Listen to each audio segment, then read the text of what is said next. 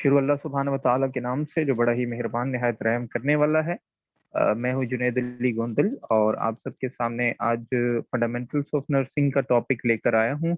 Fundamentals of nursing का unit number 2 जिसका जो है टाइटल है concept of values and beliefs. तो आज हम पढ़ेंगे वैल्यूज क्या होती हैं, बिलीव्स क्या होती हैं और इसी को गो थ्रू आप करेंगे। जैसे कि बात की जाए, ये हमारे कुछ ऑब्जेक्टिव्स हैं जो कि आपकी करिकुलम में मौजूद हैं। अब बिलीफ की बात करेंगे तो बिलीफ क्या है? Is a state of mind which regard a thing to be true. मतलब ये एक ऐसी हालत है जिसमें आपका माइंड आपको बता रहा होता है या बोल रहा होता है कि ये क्या है, ट्रू है, दुरुस्त है, ठीक है। A belief is a proposition about how the world works that the individual accept as true। अच्छा जी, बिलीव जो है ये पहले से बना होता है, ऐसा नहीं है कि एकदम से बना हो। जैसे हम इस दुनिया के अंदर आए हैं तो हमारे आबा व अजदाद, हमारे वालिदैन जो है इस चीज़ पर बिलीव रखते हैं कि जो है अल्लाह सुब्हानहू व तआला एक हैं, हज़रत मोहम्मद सल्लल्लाहु अलैहि वसल्लम इनके बंदे और रसूल हैं। अब ये क्या है, ये ऑलरेडी हमारा बिलीफ बना हुआ है। अच्छा, बिलीव यकीन को कहते हैं और बिलीफ अकीदे को कहते हैं, थोड़ा-सा फ़र्क है, ये हमेशा ज़हन में रखिएगा। मज़ीद इसमें डीप में जाने की नीड नहीं है। बिलीफ सिस्टम एक होता है। अच्छा, ये सिस्टम ऐसा सिस्टम होता है कि जो कि माइंड में, जैसे ऊपर भी हमने एक वर्ड यूज़ किया प्रोपोज़िशन, यानी ये पहले से पोज़ीशन बना के बैठा होता है। हमारे दिमाग में पहले से ये चीज़ बैठी होती है। इसके लिए हमें कोई सोच या कोई फ़िलॉसफ़ी की ज़रूरत नहीं होती, बल्कि ऑलरेडी हमारा दिमाग जो है उस चीज़ को एडमिट कर चुका होता है कि ये ऐसे नहीं है बल्कि ऐसे है। तो बिलीफ सिस्टम क्या है? ये इसका कोई जो है आपके एक्सपीरियंस से इतना लिंक नहीं होता, लेकिन ये है कि आपकी पास्ट जो लाइफ है, उस लाइफ के अंदर जो भी सिनेरियो चल रहा होता है, उसके हिसाब से क्या होता है, बिलीफ सिस्टम बनता है। बिलीफ सिस्टम क्या ऑफन डील विद इश्यूज। अब बिलीफ सिस्टम क्या करता है, आपके इश्यूज को डील करता है which can't be explained by reason और लॉजिक क्रिएशन। मतलब बिलीफ ऐसा सिस्टम होता है कि जो जिसके लिए रीजन नहीं है। अब देखें, हमारा बिलीफ है कि अल्लाह सुब्हानहू व तआला एक है, वो जो है आसमानों पर हैं, लेकिन अब इसके लिए रीजन हम कोई नहीं दे सकते। मतलब रीजन ये है कि मतलब जिसका बिलीफ है उसका बिलीफ है, और जो इस चीज पे बिलीफ नहीं रखता तो ऑब्वियसली जो है वो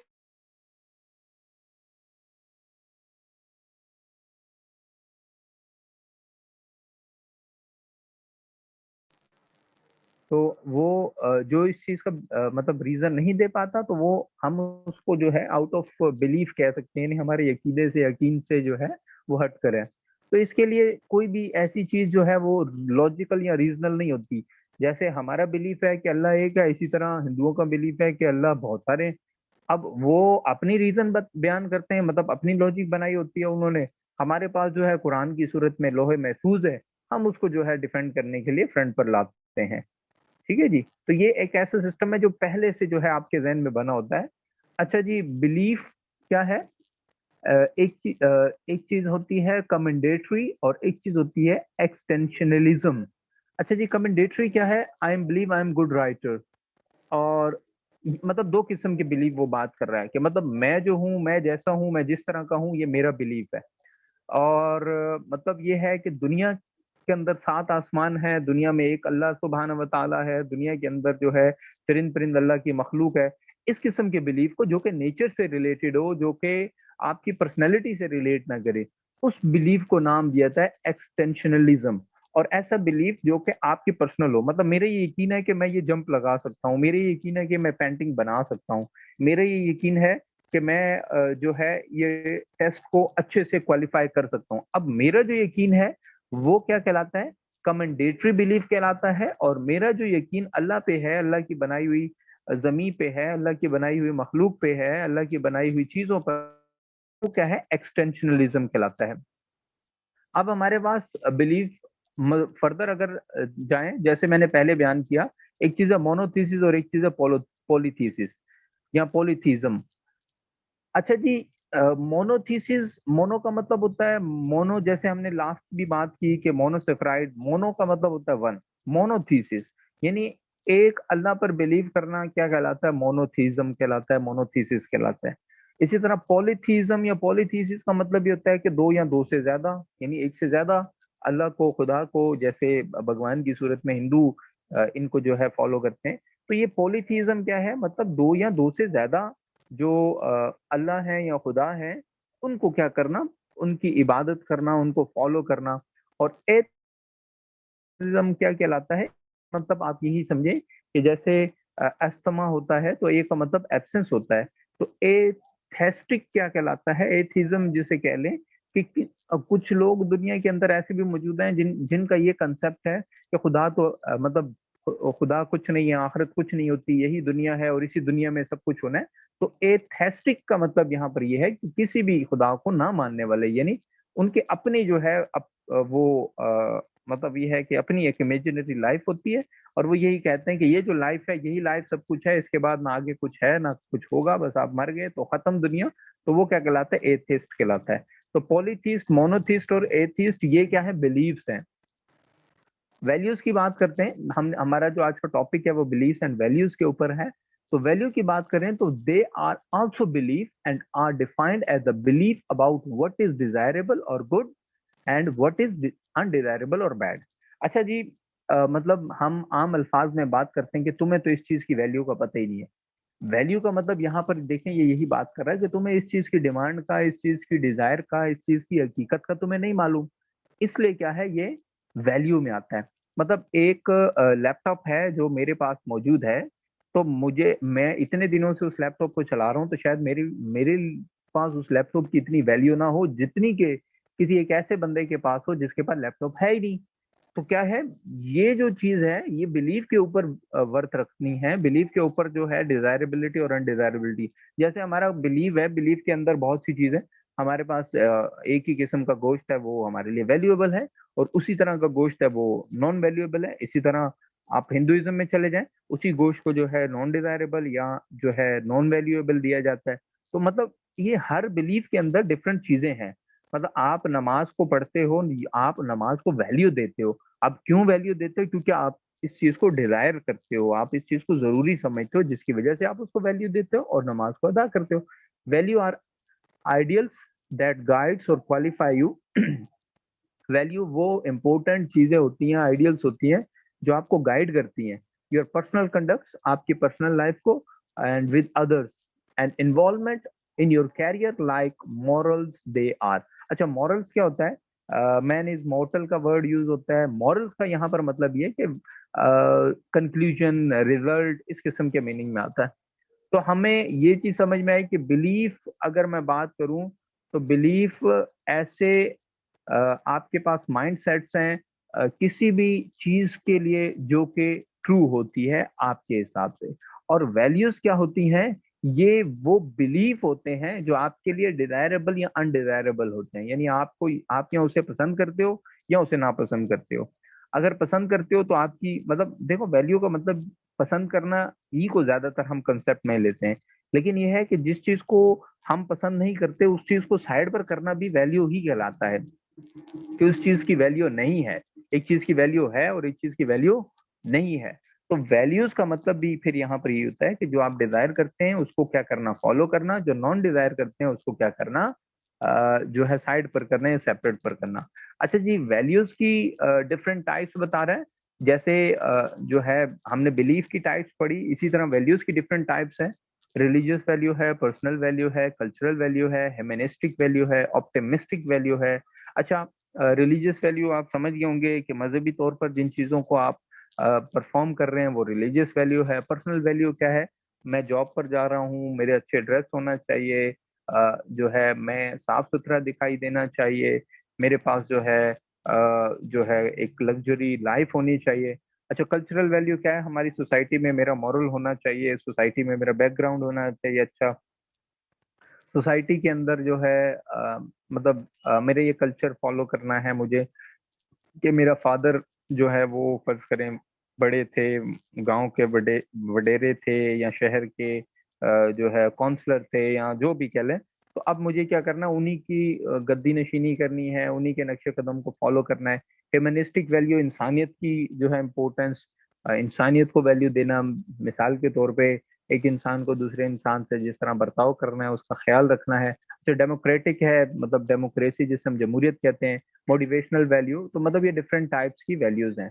अच्छा, रिलीजियस वैल्यू की बात अगर करें तो रिलीजियस वैल्यू का मतलब ये कि आप मजहबी एतबार से अपने जो बिलीव्स हैं, उनके जो एस्पेक्ट्स हैं, जैसे हम पिलर्स कह सकते हैं, उनके जो है फुट स्टेप्स कह सकते हैं, मतलब नमाज, रोजा, ज़कात, हज, इसको फॉलो करना जो है वो आपकी क्या कहलाती है, रिलीजियस। पर्सनल वैल्यूज में आपकी क्या आ जाता है, पर्सनल वैल्यूज में आपकी ईमानदारी, आपकी रिलायबिलिटी, आपका ट्रस्ट, आपकी जो है ये डिटर्मिनेशन के कैसे आप लोगों को फेस करते हो दुनिया के अंदर, ये आपका पर्सनल वैल्यूज के अंदर आ जाता है। इसी तरह कल्चरल वैल्यू की बात करें तो आपका जो बैकग्राउंड है, मतलब आप अपने जिस कल्चर के रूट से जुड़े हुए हैं, जिस कल्चर की बुनियाद पे जिस जो आपकी कम्युनिटी डेवलप हुई है, उसको लिंक करना, उसको फॉलो करना, ये है आपकी कल्चर वैल्यूज।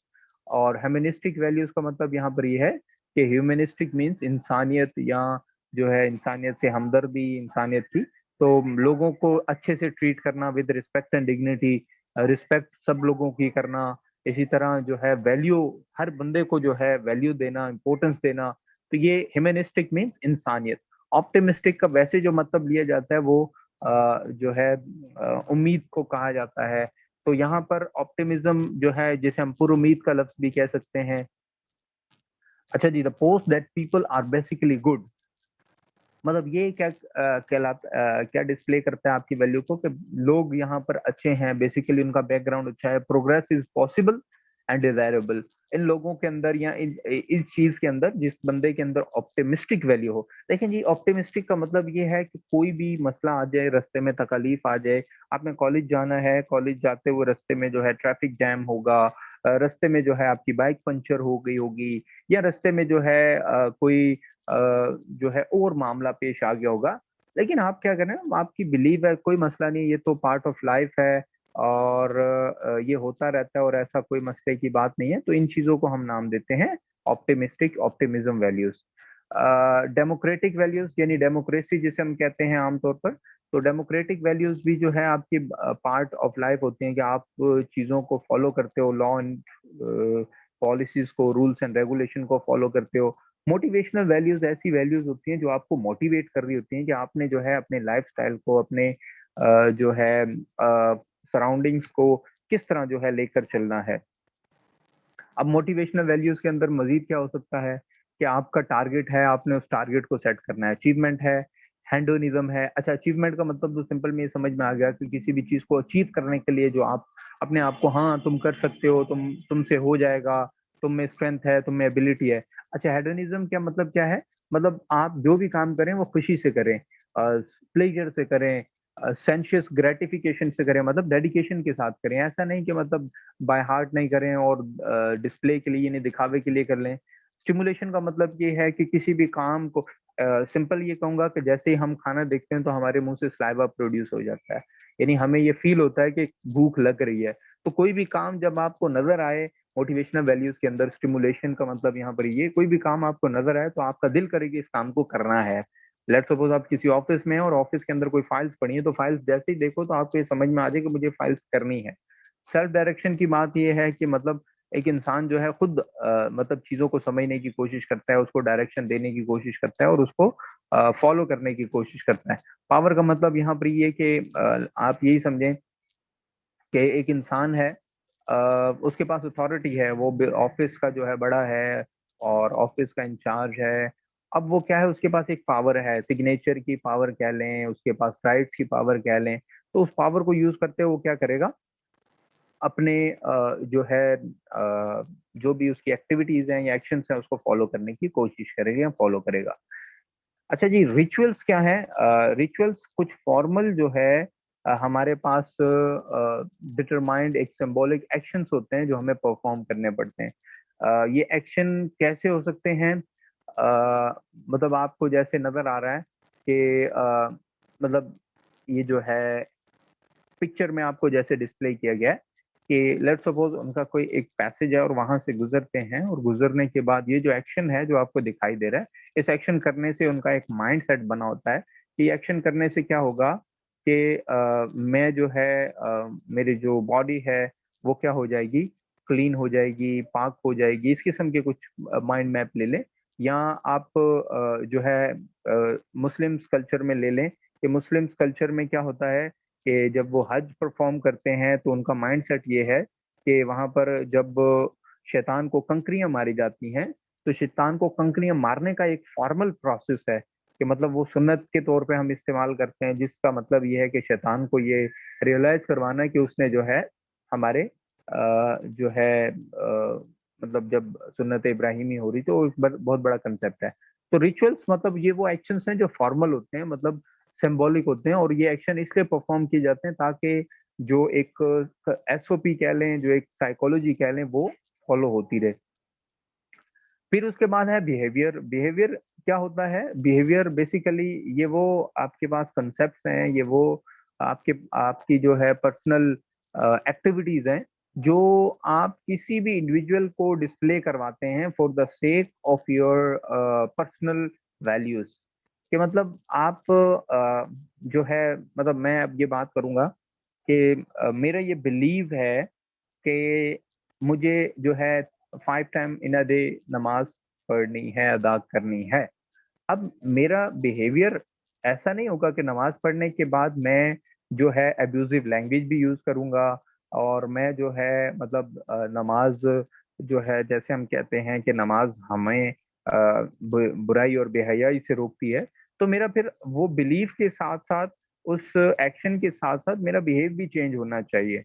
तो मतलब ये बिलीफ के ऊपर रिलाई करता है कि जैसा बिलीव होगा वैसा आप एक्ट करेंगे, वैसा बिहेव करेंगे। और बिहेव क्या है?